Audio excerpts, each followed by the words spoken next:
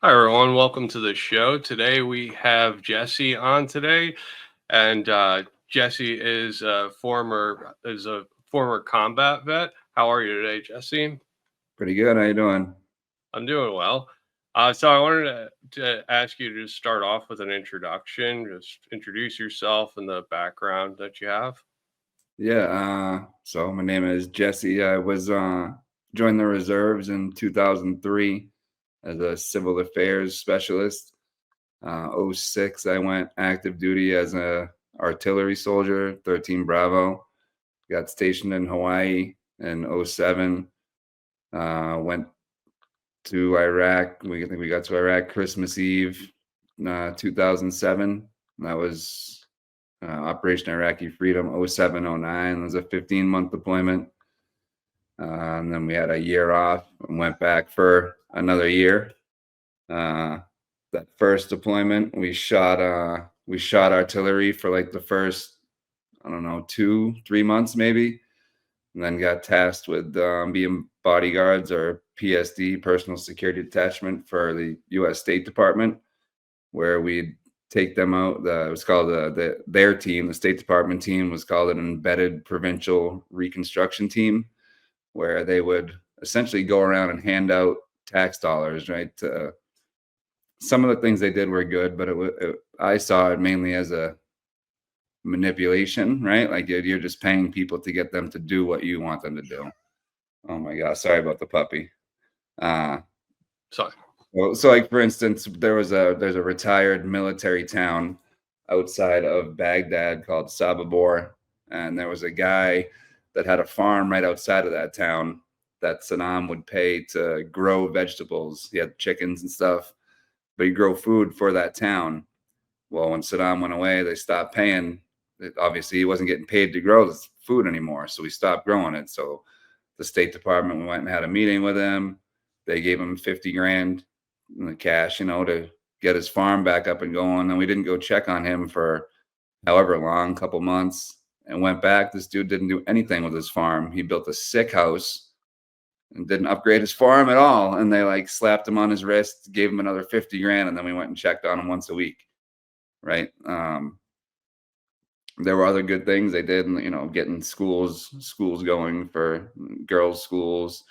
A big waste of money was they spent like, I think it was 1.2 million on a swimming pool in downtown Baghdad, and it was like this project started before we even got there, but it finished when we were there, and the pool was open for like 2 weeks before two dudes were riding like wave runners through it and hit two kids and killed them, and then they closed the pool.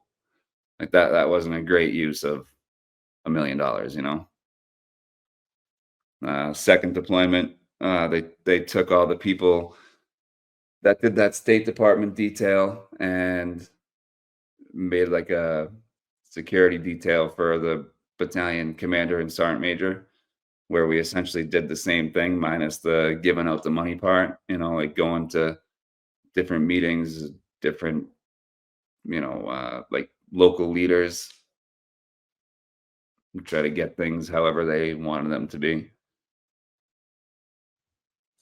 So this was when there was reports that Obama sent cash to Iraq. It was for the purpose that there were sanctions. So it was in the form of euros and other denominations that they sent to Iraq. I didn't see any of that, and I know of like the plane. I've heard, right, of the plane loads of money going to Iran.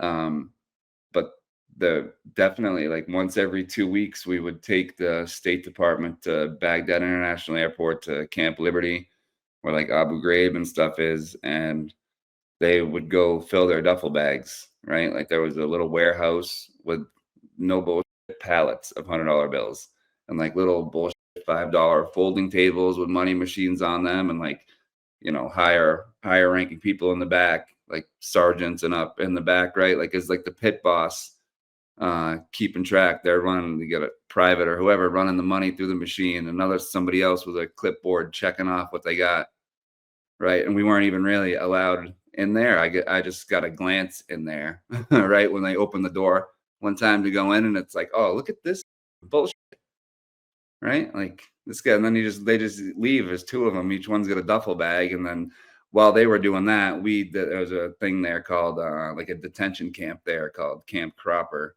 where when the infantry guys would roll somebody up, they could keep them in custody for 2 weeks. But after 2 weeks, if they didn't have any evidence to keep them detained, they would have to release them.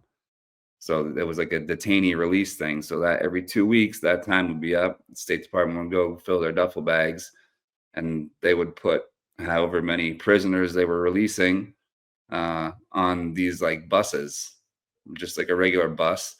And we'd put the buses in our convoy, right? Like a MRAP or armored vehicle, a bus, armored vehicle, bus, or both buses in between the armored vehicles, and we drive them back to. What was crazy is we released all these people right across from where we lived. We lived at a place called Camp Taji, which is probably like 20, 30 minutes north of Baghdad. I think it's technically considered Baghdad. But where we'd go pick these people up, I mean, that was a 45 minute to an hour drive, depending, right?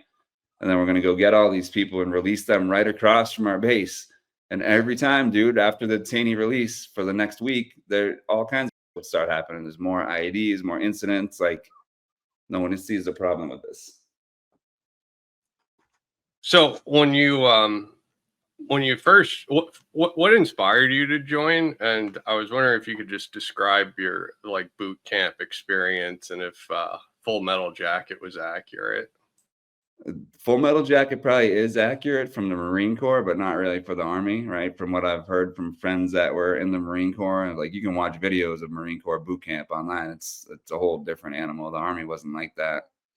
I grew up I was a shit kid, always getting yelled at, right? So the boot camp wasn't it wasn't really a big deal, you know. It was kind of a breeze, to be honest with you.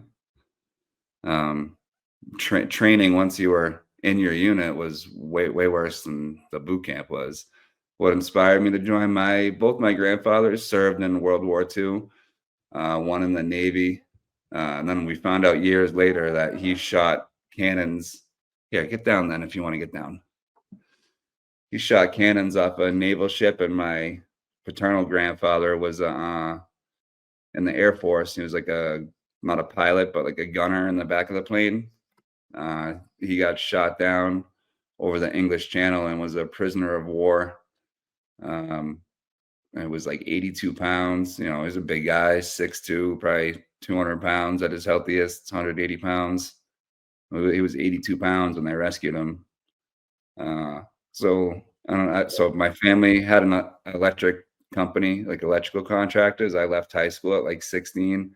So like I said, I was a kid, and I was going to end up doing that either way.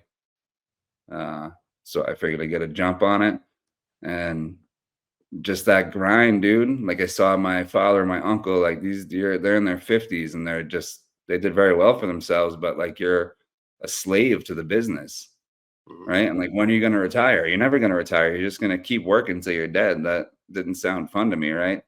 And then my grandfather has a POW with all kinds of issues. He's the one that started the company, but it was kind of my job to be his chauffeur, take him to VA appointments, and just talking with him, like, you know, you get money for school. There's a check showing up every month. You don't have any health insurance costs. Like that just sounded better to me, right? I was going on, I think I was like 22 or 23 when I first went in. So like before I'm 50 years old, I can be retired with a nice pension. But that sounds way better than being a slave to the family business for my whole life, you know? Yeah, absolutely. I mean, I have somewhat of a similar experience as my folks. You know, they're constantly working. It's rough. So I wanted to know, what is your take with what's happening with Israel and Iran? Just kind of based on your experience, what's your impression from the tensions that are heating up? I mean, I think it's crazy, right? I think that it's all. I honestly, dude, the longer it goes on, like I don't know what to think. Like the stuff that is how this all started with October 7th, right? which I have questions about, because it's like this is one of the most secure borders in the world, and dudes and like fucking hang gliders just came across of it, right? Like, seems a bit shady to me. Like that was let to happen, like maybe not orchestrated, but let to happen so that they could respond to it without outrage, right? And it's crazy to me that there's not like we've all seen pictures of what Gaza, Palestine looks like, right? Like, dude, it's a parking lot. It's completely devastated, and they can just continue to do it. So you're this advanced military. You tell me you can't go in and weed the people out, like, oh, they're in the tunnels. It's just I not had right. Not right to me. uh when this first happened, somebody from Israel reached out to me on X, and they were saying pretty much the same thing that you said. Like, they're supposedly have this iron dome over Israel, and people are just gonna parachute in. Like, Yeah, how is that possible? You know? no. Yeah. So he shared the same thoughts that you have. The other one is Russia Ukraine, right? This has been going on for quite some time. From what I understand, Russia's got quite an air force as well. So, like, why are they like slowly marching in, right? What's your take on Russia Ukraine?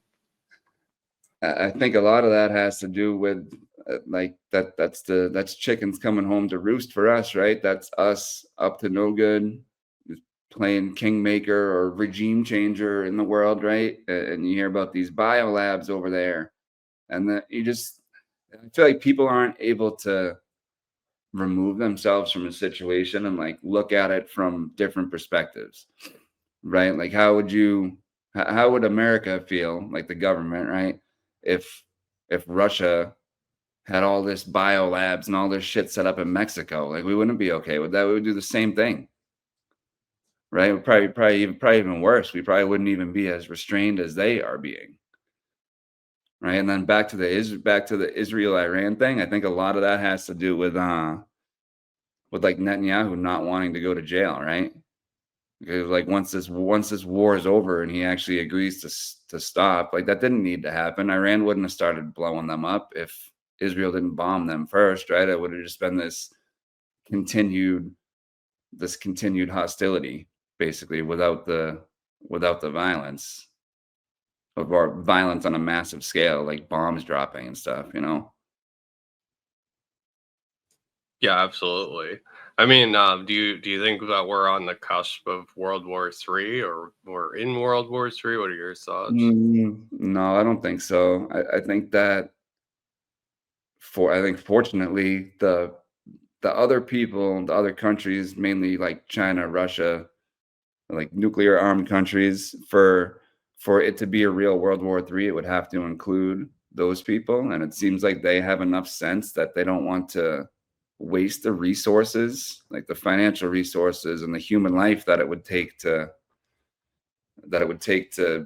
fight a World War III, right? Like I think it's kind of this covert, and I'm kind of torn between this. Like, is it this like covert financial war, right? And like, you know, we're catching these people coming in with spores and stuff, like the balloon that went over the country. Like it's kind of like subtle like that, and then not so much like the fighter jets and warships and shit, you know? I Right. just I don't know. I think a lot of it has to. I think that if the United States would act differently on the world stage, like, and stop acting like we run the whole world, right? And approach these situations like more diplomatically, like, you know, you catch more flies with honey, right? Like there Right. just seems like there's a better way to go about it, you know?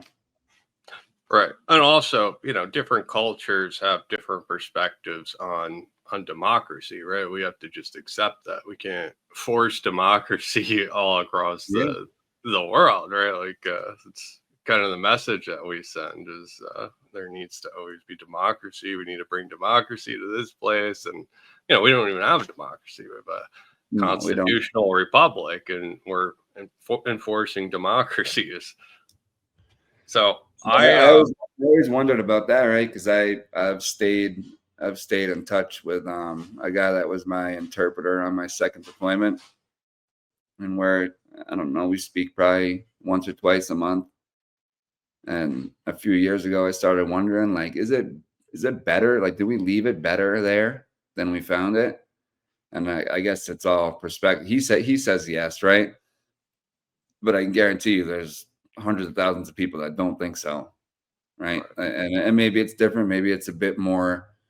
Maybe it's a bit more free, but just the amount of like devastation and death that was caused. I mean, I don't know. It's tough. That's a tough call. He says yes, though. That's his opinion. Yes, it's better.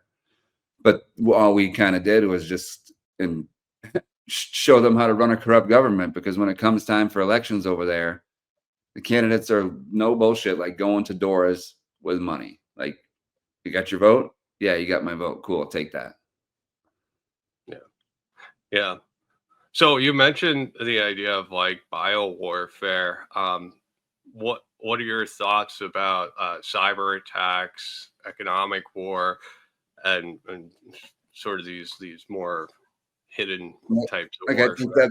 I think that's what we'll see, right? I think that's way more cost effective for whoever wants to do it, whether that's us or someone else, right? Whether it's releasing some bio weapon, or these other countries, and us too, I'm sure, have like whole hacking departments, right? Where that's what they do. And then you get the WF warned of their little cyber 9/11. Like, I think that is probably what we end up seeing at some point in the not so distant future. But part of me thinks that is all planned, and all these people are in cahoots behind the scenes. Maybe not the people that we know and we think run shit, right? But the people that we don't know, right? Like the actual shot callers in all these countries. Like, this is all. I just feel like it's all orchestrated, and we're in the process of seeing our current system come down while the new one's being stood up in the background, so that when it's ready, it can just face forward. So when you served, did you see any of these kinds of departments, like a cyber department or department that focuses on economics or bioweapons or anything? No, the State Department would probably be the closest to the economic stuff, and that was not there was not really. I don't want to say there was nothing nefarious, but we got friendly with those State Department officials. Like, they weren't bad people. You know what I mean? They're just I doing think their job. yeah, they were just doing their job. But I mean, we'd hire, not we, but the U.S. would hire. It was like called the Sons of Iraq, and it was like this different faction of Iraqis that was not in power, right? But they would hire them to man checkpoints. And that was money that had to get paid out every week so that they could pay these guys. And if they didn't get paid, all kinds of crazy would start happening. And I don't know, it's just shady, right? The cyber stuff, this was, back 2008, really, 2008, 9, 10. I don't know. We're in a different place today technologically, right? Like, it wasn't that long ago, but it was pretty long ago, right? Like, it's just, I can't even imagine what it's like today. We had signal jamming equipment on the vehicles to stop like radio detonated IEDs and stuff. We had backpack versions of those also. I'm sure there's videos of people walking around and look like a big crazy antenna on their back, and someone on the front of the formation has it, and someone on the back of the formation has the other one, two different kinds, and together they put like a ring around that formation of people walking around.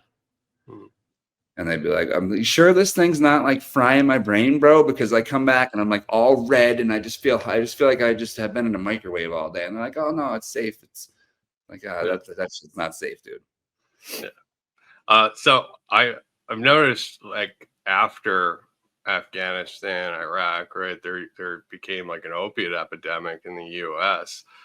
Did you see anything that would provide evidence of that correlation? Yeah. I mean, I got hurt on that second deployment. I tore 4 tendons in one wrist and 3 in the other, and got like put on morphine on the spot, and that just continued. Well, I meant more from like the American gangster point of view, where they're like in Vietnam and he's smuggling it back. I'm wondering if There was no. It's weird, right? Like Afghanistan, yes, that's where all that stuff came from. I never went there, so I didn't see it. It's probably for the best that I didn't go there, because I probably would have been sneaking friggin' the opium pipe and getting myself kicked out. You know what I mean? yeah. But there was none of that in Iraq. It was just whiskey. You know what I mean? I'm sure you get hash and stuff, but there was no drug use that I saw, right? And I didn't see the government pushing any of that. But I've heard stuff about Afghanistan, so Yeah. I can't put anything past our shady government with the stuff I've seen. Well, I yeah. saw so much waste. That's what it is, dude. Just like vast amounts of waste. Not even just like the piles of money getting handed out, to the point that like you would be try to buy something off a kid, like in the market or whatever, like out in Iraq, and you try to pay with like a $1 or a $5 bill, and they're like, "Fuck, dude, what is that? I don't want that." Like they're looking for hundos. They want 50s and hundos. Maybe they'll take your 10 or your 20, but like your ones and your fives, like keep that. That's nuts. And that's because of just all of the money that we spread around there. I imagine prior to that. So, right? I have to think so. Yeah. Yeah. Well, I know there's like a lot of wealthy nations in the Middle East from like oil revenue. I'm not familiar with Iran or Iraq, how much wealth is there. I know like Saudi Arabia, for example, there's supposedly a ton of wealth there, but I don't know. Yeah, so I always found it interesting. Like you think about all the vehicles that we're operating over. It's a lot of gas, dude. It takes a lot of gas after every mission. You're going to the fuel point, so it's ready for the next one, right? And you have Yeah. all these vehicles filling up every day. So I didn't see any of the oil refinery stuff until my second deployment. There's a oil refinery called the Beiji Oil Refinery in northern Iraq, and I only spent a couple days there. I didn't see any of that down south, but I always thought to myself, like, we're not shipping all this fuel in. Like that would be an outrageous operation, very expensive, and just a logistical nightmare, I would assume. So I'm assuming, taking it, right? And like Mhm. just we're getting it from there. I don't know. But another thing was like, yeah, there was a parking lot, not even a parking lot, dude, like the size of multiple soccer fields, massive area full of brand new F-350s that sat there covered in dust, flat tires, for the whole 15 months I was there. Like, what? These are like, I don't know, back then, 60, 70,000, $80,000 trucks, and Right. there's just hundreds, probably thousands of them just sitting there, Don't we just leave? deteriorating. Like, what are we doing? Don't we just like leave that equipment in Yeah, the field and just fly yeah. back? I was told that stuff all got left there for like the Iraqi army, but it's like, why didn't the Iraqi army get that shit when right away before it just sat there and turned to crap? Just so much waste. And then down to the little stuff, dude, like the dumpsters full of food that would get thrown away that didn't get eaten at the chow hall. It's like you're throwing away. There's fucking hungry people out there, and you're trashing dumpsters full of food. Like what? That it might help you win some hearts and minds instead of throwing that shit away. What kind of food were you given when you were Dude, the best I've ever eaten in my life was there. really? Like, no exaggeration. I've never eaten that good in my life. It Wow. was it was amazing. There was like the Mexican station, the Asian station, the fucking hamburger station, it's just crazy pallets of like watermelon or cantaloupe or honeydew melon. You just go up with your tray, like dude, chop it up. You Wow. could leave with 2 trays.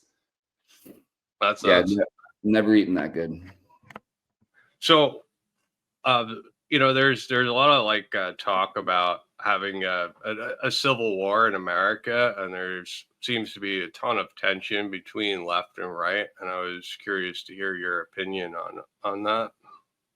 Yeah, I see that. I feel like it would take for like a total breakdown, like right, like it would require people to be without power, right? Like you see that Obama movie where all like the power goes out. What's that? Leave the World Behind?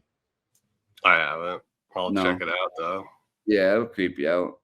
But it would take like a situation like that, like extended periods with no power, no food coming in, right? Because I honestly, dude, I think people are too soft. I really think I think people are too soft, and I think the ones that aren't too soft get too much sense to go behaving like fucking animals, right? Like, and unless you're forced to, and your kids are at home starving, or like, you know what I mean? Like, I just think it would take like extreme circumstances to get to that point. Sure. I mean, I And could see states seceding, right? Like Texas or something branching off, or California, but American to American combat seems unlikely. But I don't yeah, know. I feel the same way. I feel like and I don't even know if I don't even know what it would take for a state to secede, right? Like, oh, sorry about that music. I'm sorry. I could Can you hear that in the background? I could hear it a little bit, but I Um, could barely it's hear it. I'm in Brazil, and they got like advertisements where these dudes have like cars, there's pickup trucks just full of speakers in the back, and they go around playing. I don't know what they're advertising because I can't speak Portuguese yet, but they're advertising something. They come at the middle of the night. No, they're usually on the weekend, but today's like a Monday or Tuesday afternoon, so I don't know. So, for anyone that is cheering on a civil war, do you have any stories that may make them think twice about it? Any type of relevant stories about war? I mean, no, right? Because like our job as these security detachments was on those rare occasions that uh we took contact, we didn't stick around, man. We'd return fire as we ran away, and like call up whatever unit was in charge of that area and say, this happened here. It took contact from here, like this many people shooting at us. And it was our job to get those important people out of harm's way. Well, I would just say, like, you, you don't like, I don't know anyone that wants that. I feel like they haven't been to war. They haven't seen what like an IED does to the human body, right? Like, yeah, you start seeing like body parts and crazy, it's just crazy. The stuff, like, it's not really like the movies, right? Like, I remember seeing like a EFP. It's called an explosively formed projectile, and we got so lucky, man. So many times, like a civilian car in front of us or behind us would get blown up.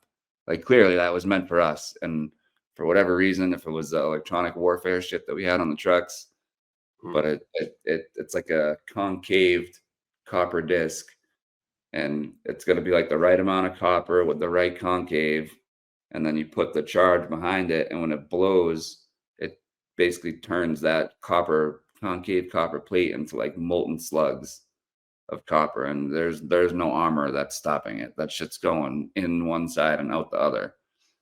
And I can like vividly remember seeing that, and it's like that thing blew up on this side, went through the car, and you could see where it came out on the other side.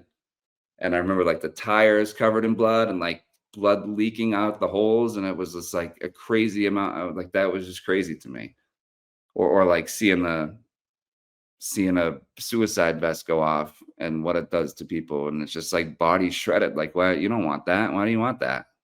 no. Because you don't like AOC, dude? It doesn't make any sense. Like, you need to find a way to articulate yourself and come up with like a better idea. Right, right. Um, But it's hard, dude, right? Because I have a friend that is a retired Air Force colonel. She ran for Congress in my liberal state, and I was helping her campaign, like just doing dumb shit, like go to get the mail, but she wanted me to be like security for it because that's what I did in the military. So there was a big speech on Boston Common where all these conservative, this was in 2022, where all these conservative candidates came out to speak, tons of police there, and all the crazy left people, dude, they broke it up. The speech got shut down. They were like bear spraying people like my parents' age, destroying like they destroyed a U-Haul van that was selling like Blue Lives Matter stuff out of it. And it was just crazy to me. Like I ended up getting bear sprayed too. And it's just like, dude, I want to right now, but I can't do anything because I will completely derail this woman's campaign if I react. You know what I mean? And after that, I'm like, she ended up dropping out just because it's such a filthy world, dude. Right? Like this is a good lady that's never done bad things. Right? She's done nothing but serve her country and then her community after that. And she's trying to make a difference. And these masked maniacs are just attacking people and not letting it happen, and like smear campaigns and fucking hacks on the computers. And it's just like it's not worth it, right? Like I feel like good people don't, because the system is so slimy, good people don't even want to get involved in it anymore. Yeah.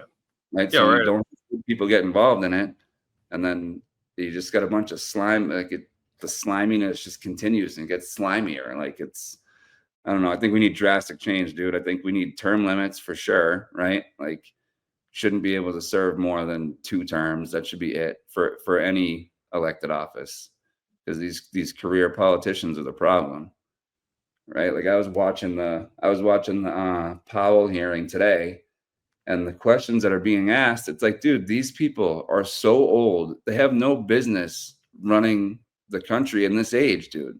Yeah. Like I got Maxine Waters telling me about crypto. Like, no, lady, my 10-year-old knows more than you know. Yeah.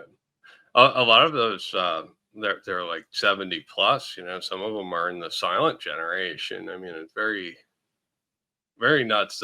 Like, how can you even function when you're that age? You know, it's like there should be a certain. I don't want to sound ageist, but there should be certain cutoff points, and like Yeah, you no, said, term I was limits. thinking about that before we got on, right? Like, what should the cutoff age be? From hearing these people talk, and it's like 65. I would say no to that, right? I think 70 is good because 65, you got people retiring that age. Maybe someone has retired and then they want to serve their country. Like, that's fine. And I know plenty of 65, 70-year-olds that still have it together. Sure. But then why, like at that age, why, like, in my mind, if you're like a good person, the fuck do you want to be doing that for? Don't you want to be like hanging out with your grandkids and enjoying your life instead Right. of grasping onto power and like playing in the slime?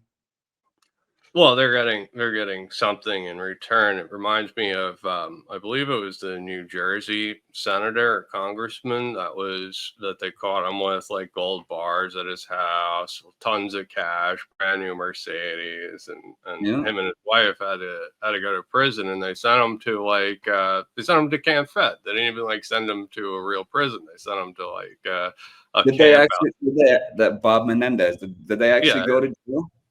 yeah, he's went like yesterday or the day before, but it was someplace in Pennsylvania. I forget the name of it, but I googled it, and they're like showing bowling alleys and like a movie Oh my God. theater, and like It's like better than our life. yeah, right. And he gets everything handed to him, and it said like there was violence in the place, but it's not too often because people don't want to leave there, and so it's even when they do screw up, they end up getting the system looks out for them. It's like what is it called, autoimmune or something, right? Where it's taking in the germs and protecting them from everybody. Well, but you're absolutely right. It's no normal person wants to enter that arena. They don't want to even be bothered with it because they already know that they're gonna. It's like the mob or something, or like gangs, right? They don't play fair. They're not going to play fair, and you're gonna ruin your reputation in the process. Yeah. I, So, I I don't know. I think term limits, age limits, and then there needs to be consequences, dude. There, Like, look at how much of just funny money that Doge has exposed, right? Like, somebody's gotta face some consequences, or that shit's just gonna keep happening, right? Like, if there's no consequences, why would you stop? Like, you wouldn't. And that's why they don't want the shit on the blockchain, because then me and you and everyone else will be able to see exactly what's happening, you know? Yeah, the people can audit them. So with all this being said, it's when you were handing out money in Iraq, were there people getting caught for embezzling it, or like was there anybody that was like noticeably richer after they were supposed to? Well, I mean, the guy, like I told you, we gave 50 G's to, built himself a sick house, like a nice house, dude. I would be happy to live in this house the guy built, Hmm. and didn't do anything to his farm, and he just got a slap on the wrist. And in the State Department's defense, they had so many projects going on that they probably just figured this is like one of the smaller ones, like just get his farm. That's why we weren't checking on him all the time. But I mean, I was just a private then, or E4, you know what I mean? I wasn't, no one in the army was in charge of the duffel bag or the money handing out. We rarely even saw that, right? There would only be one or two people that would actually be in the meeting itself. Everyone else would be like securing the area outside the meeting.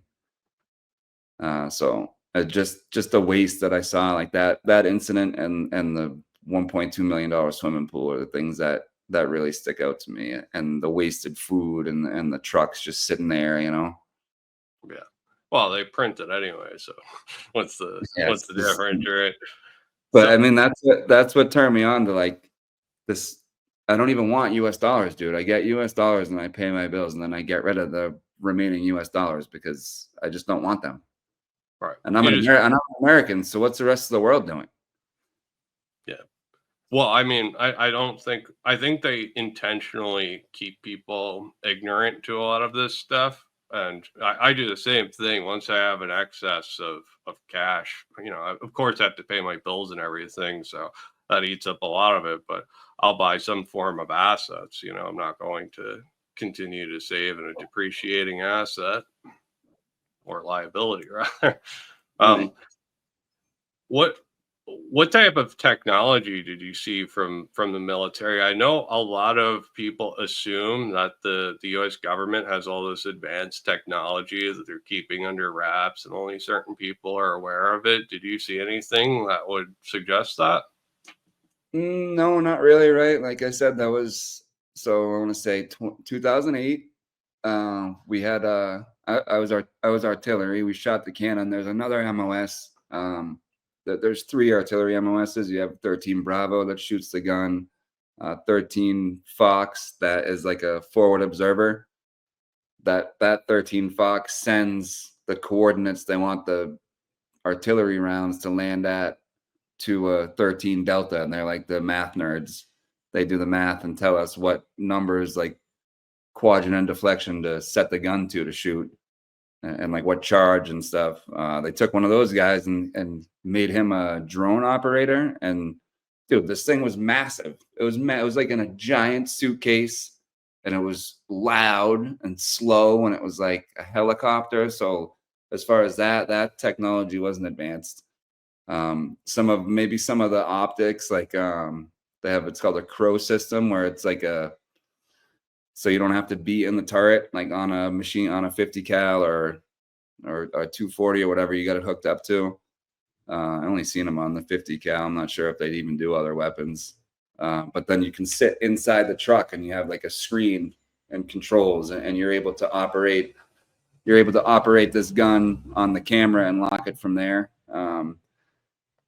We said we had some like some crowd control things, like a sound weapon that would get mounted. It would mount up on the turret, and it was big. It was a big like dish, like octagon or hexagon dish, and you turn that thing on, and even at the low setting, dude, it would send people scattering. I don't even know what that would do to you if it was cranked all the way up. Because you had the at least with our unit, if you want, in order to carry non-lethal, like you wanted to carry the non-lethal shotgun shells, you had to get shot with it. like, pretty far away and take a shot of it. Same thing with if you were going to operate I forget what that thing was called, but you had to go stand in front of it. It was terrible. It was only on the little setting, and it was just like you don't even think to do it. Your body just naturally gets itself out of that path. Maybe So the most advanced thing I saw was it's you can look this up. It's called the Excalibur artillery round. It's a 155 millimeter howitzer shell, and you program it. You put GPS coordinates into it.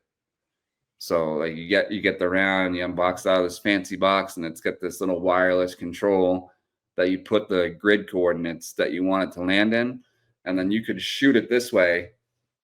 But if the grid coordinates are over there, it's going to fly itself over there and land like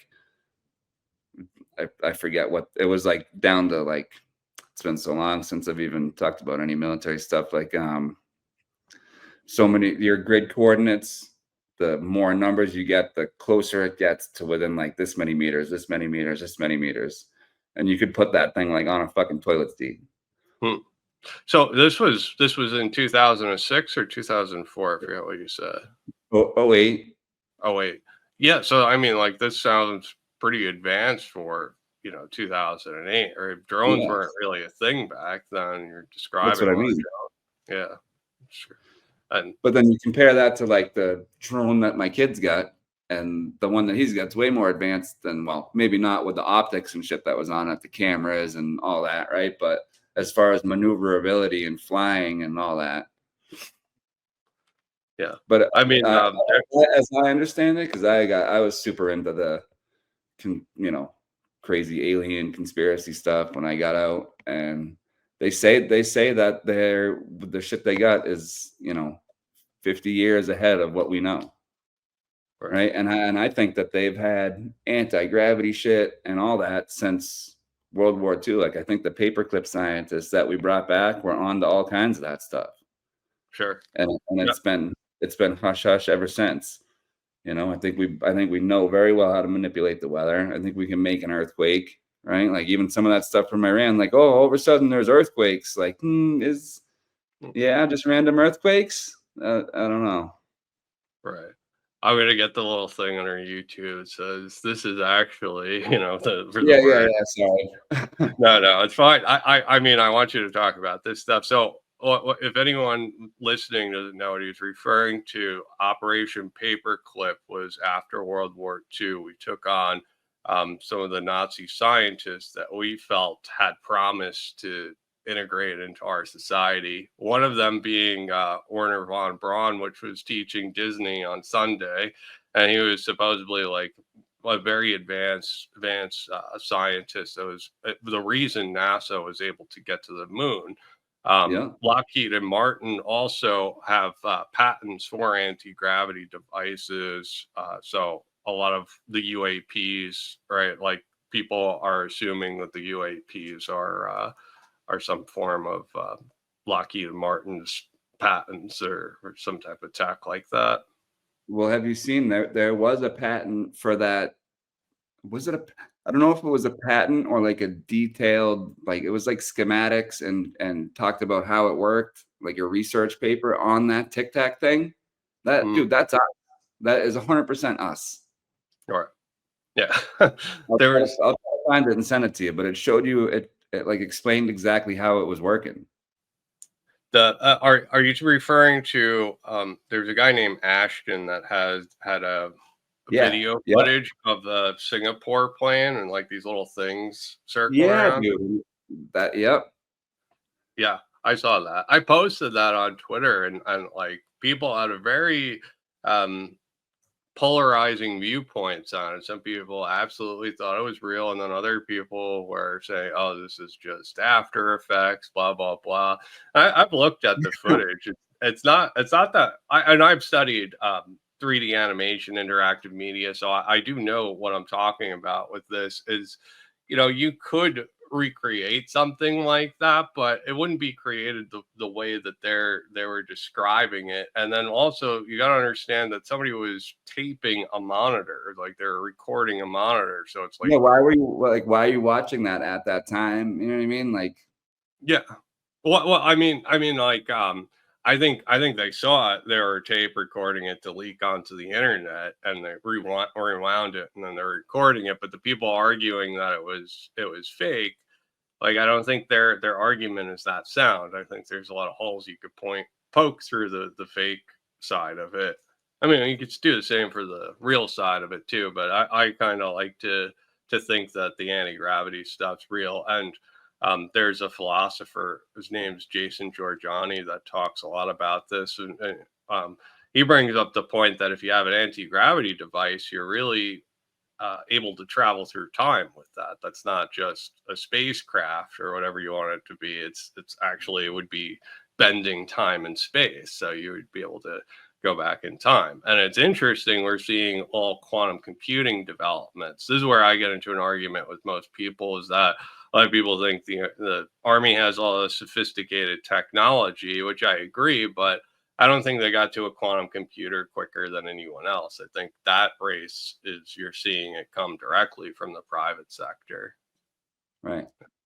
because whoever gets to a quantum computer first is going to have quantum supremacy, be able to have trillions of dollars added to their GDP, and like very quickly. Yeah. What a And be able word that, what a phrase that is, dude. I can't even like wrap my head, like quantum supremacy. What is that? What does that mean? What does that entail? they Like, you got know? to yeah, they get to a functional quantum computer first, so they'd be able to No, no, I break. get it, but like, what does it mean for the world? Like, you know what I Oh mean? yeah, What are their capabilities now that they have quantum supremacy? Like, they just yeah, run shit. yeah. Well, simulation. So think about all the self-driving cars that we're gonna have in like 10 years. Imagine traffic being orchestrated to a T, so you don't stop at all. Like the moment you get in your car, it just gets to the place, and everything is orchestrated, so you don't have to wait. Um, that would be something a quantum computer could do. It could be able to take AI to AGI. So right now we mostly have like machine learning. It's looking for patterns, spits back patterns. AGI would be able to give intelligence behind it. So that would be the next step with artificial intelligence, drug discovery, weather, anything that could be simulated. It could do really Yeah. well. And it's not great at like a lot of other stuff. It's only great at simulations. It's got like specific use cases, so that's why it's not so popular. But um, you know, Yeah, but the problems you could solve would have enormous implications, you know? mhm. Yeah, and then you don't know where like something the quantum computer develops, where that goes from there either. It could just keep expanding and keep expanding, so it could have huge impacts on the world. And economists are estimating it's supposed to add 2% GDP to 3% GDP rather to any nation. So that's quite a bit of money. And so is there any misconception about the military, or misconception about veterans that you want to correct? Um, maybe that they are like aware of the the benefits. They're like they're ready for life after service. They're not, dude. The military does an absolutely terrible job of preparing you for your life after service, whether that is as simple as just reintegrating into regular life, or for like someone like me, I got out as a 100% disabled veteran, and I didn't do, there was nothing. They were like, call your local VA. There was no like, this is going to be your doctor. Like, you know what I mean? It was just call your local VA. So depending on what, condition you're, whatever your, maybe your mental health condition's not very good, you're not thinking of like, oh, I need the primary care for this. I need this specialist for this. I need the mental health doctor, right? Like, you're probably just going to get the drugs that they have you on. Yeah. Have So you I suffer from PTSD. Have you do you have PTSD, and is there anything that you've done to help it? Yeah, I think just time is what helped it. Like I just can't I I can't be comfortable in a crowd like a sporting event or a concert or anything like that. I just I don't like crowded places. And I think it was just time or like flying off the handle, you know. You're you're so used to if you're confronted with if you're confronted with actual violence, then it's your job to respond with violence and eliminate the threat. So, but that's not okay in the civilian world, right? So you have to figure out ways to not do that. Unfortunately, like with that job over there, there was a lot of de-escalation.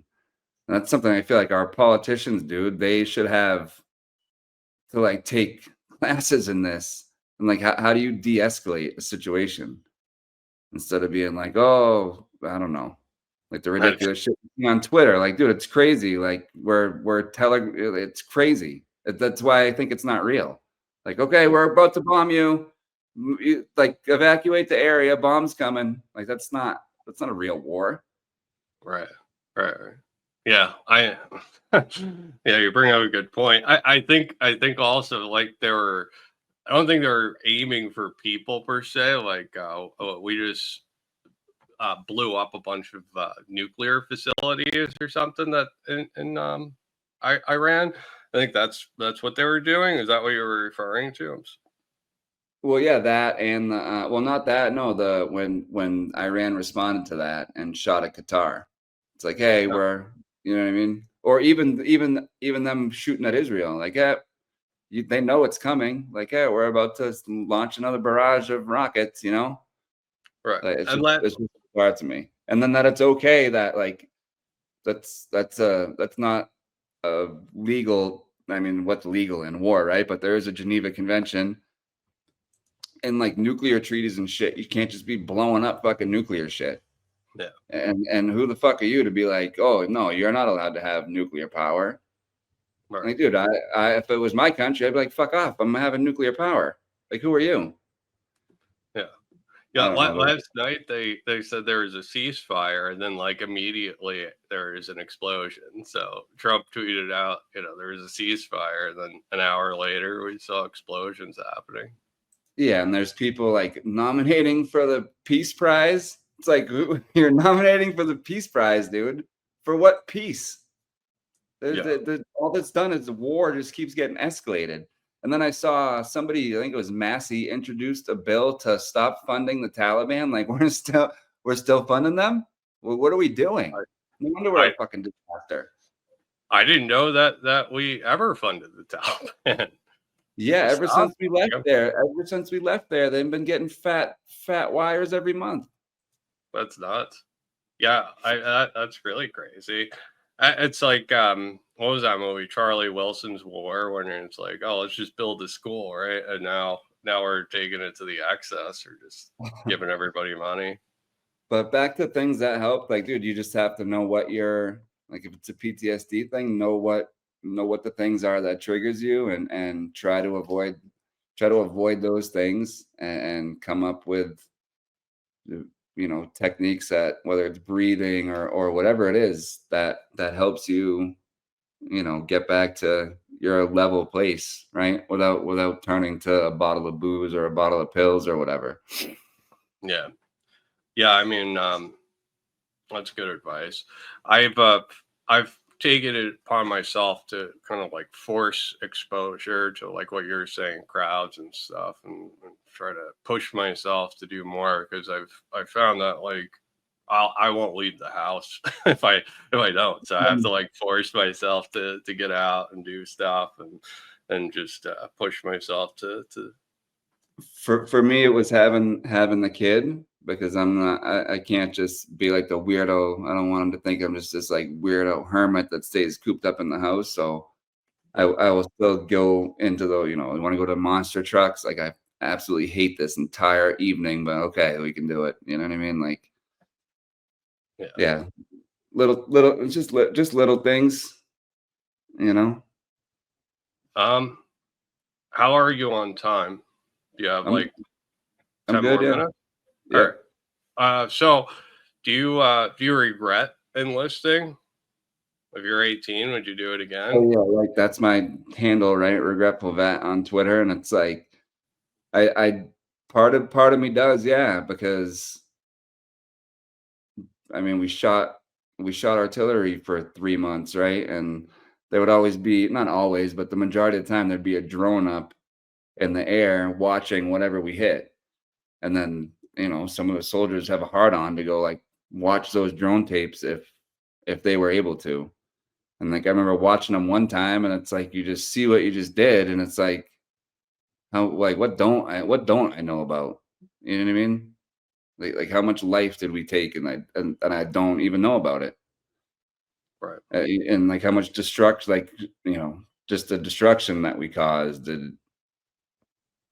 how did it really affect people? And then there's like the health stuff. Like, is it, I don't know. I guess ultimately it's a fair trade-off. Like being 100% disabled, still having all my limbs, uh, and like eyesight and everything, and having the opportunity to be in my mid 30s and when I got out and have a kid and be present 100% of the time and just have nothing but time to dedicate to my kid because the government was taking care of the bills essentially and healthcare and all that stuff. So that part of it's worth it. But then like, I don't know, maybe a couple years ago, it was when it was the one thing that Biden did that was good. Oh my God, what's it called? It's like and they study people that were exposed to burn pit shit. The Hmm. VA calls you if you're like on their list or whatever. And what the fuck is that called? What is a burning pit? They would like uh burn the bathroom, like burn the poop and all the waste and stuff Hmm. over there when we first got over there, and like people that were exposed to the burn pits. Oh my God, I can't believe I'm drawing a blank on the name. Anyway, they called and they were like, "Oh, we have you on a list of people that were exposed to depleted uranium. Like, do you want to be seen for that?" And it's like, "What? Yeah, of course I want to be fucking seen for that."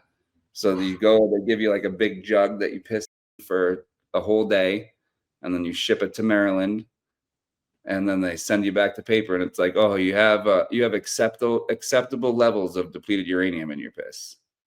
It's like, acceptable to who? And does like everyone have depleted uranium in their piss? I don't think so. I don't think that's like a normal thing. And then come like, so at first I'm like, that's fucked. So is that the weapons of mass destruction that they were talking about? Because the base that we lived on was where um this guy called Chemical Ali, he was like one of Saddam's torture people, had his little torture chamber there. So, and then there was blown up on Camp Taji. There's like all these blown up tanks and all kinds of blown up equipment from Desert Storm. So when you have up armored material like that and it's compromised, where it's blown up or shot or whatever, it releases some toxic substance for thousands or hundreds of thousands of years. I don't know what it is or how long it is, but it's not good for you. So I'm like, is that from living around all that shit? Right? Because the roads weave all through it on the base. We'd be out there tagging the old broken down tanks. So like, is that it? No, it's not. That wasn't it. It was the US military dropping depleted uranium shells during the invasion. So we just dropped a bunch of depleted uranium shells, which, see, like in my mind, that's against the Geneva Convention and that's chemical warfare. Like, why are we doing that? And then you're gonna have us go live on that for years Right. like that. So that those are the things I regret. Yeah. And I feel like I got completely played, right? Because I was a 23-year-old kid, like, yeah, America, go fight for freedom. And that's not at all what it was. It was like, go fight for Dick Cheney to line his pockets, you know? Yeah. Yeah. I mean, I had a lot of friends that joined, and their intentions were bravery, being a warrior, right? And what you're describing about bombing people, like that would be like the opposite of what they wanted to do. They wanted like more hand to hand combat as well. It's like I don't know. I just felt like Yeah, that. I think there was a lot more of that type of stuff in that from friends that I've spoken with. A lot more of that in Afghanistan, and then specific jobs. You know, that's like the infantry guys, Rangers, SF. They're the ones that are doing that, going on high value target raids in the middle of the night. You know, most people were just most people didn't even leave the base over there. You know, the engineers would go out and clear IEDs off the roads. They'd leave at 2, 3 in the morning, so the other people could be out during the day. And mostly the infantry guys, Cav scouts, tankers, doing that kind of stuff. You But yeah, mentioned that's Dick. what So it's just regretting the not the reasons I did it for, but the reasons we were there in the first place, right? Like that's what I regret. I feel like I got fucking duped. yeah, you mentioned Dick Cheney. He was invested in, I assume, a bunch of companies before they went over there. Is that what happened? Pretty sure, right? Like Halliburton and Yeah, all of those contractors, dude. Halliburton, Raytheon, Lockheed and then you get into the gold conspiracy, right? Like, so Gaddafi kept all his gold on the books, so we knew how much gold he had. Saddam Saddam had like almost no gold on the books, but he had a shitload of gold. Mark. So there was like there's a couple incidences of like this is in like the early days of Iraq, long before I was there, where there was like a dump truck caught like trying to get over the border, and we got it, but where did that gold go? Because officially all the gold that we got out of Iraq went to Kuwait, where the US Treasury took control of it. But it's a small fraction of, like, it doesn't even touch the amount of gold that was in those two trucks that I know about. And like I'm sure you've seen the pictures of like the soldier in his desert camo and in the dumpster with just full of bars of gold. Yeah. There was a lot of gold over there. So where did it go? So that makes you think, oh, maybe they do audit Fort Knox and there's way more gold in there. Or maybe that never made it to Fort Knox and it's at George Bush's house. I don't know. Yeah. Yeah. It's in his stock portfolio somehow. He bought some shell company that owns it. Obviously it would be more spread out than that, but you know what I mean. No, I know. So obviously, is there anything that we missed that you think is important to highlight or chat about? I mean, if you call your elected officials and tell them to get their shit together, like I would stress conflict resolution, right? Because you just think about the prosperity that could come from having like a open trade relationship with a country like Russia, right? Hmm. Or and even just the cultural exchange, opening up friendly relations and travel between here in Iran or here in Russia. You know what I mean? The world would just be a better place. It would be more prosperous. It would be more cultured. It would just be a better place. Right. Instead of all these like manufactured hostilities. Yeah. I mean, I haven't seen a good reason to attack anyone, right? And it seems like there's just dumb ideas. I mean, who needs Ukraine and NATO, right? Like, why is that issue even being pushed? NATO, period. Yeah, that too. All right. So, where can we find you, follow you? And also, I wanted to thank you for your service and protecting the U.S. and defending the U.S. My pleasure. Thank you for having me on. Just on Twitter at regretful vet, but I don't usually have much to say on there. I'm more of like a reply guy, or I'll just repost stuff that I don't know that I liked or thought was cool. Okay. Cool. Well, thanks for joining me and taking time out. Just hold on one sec. All right. It says so. This is being uploaded at the same time. So I just wanted to make sure that, let me hit end recording.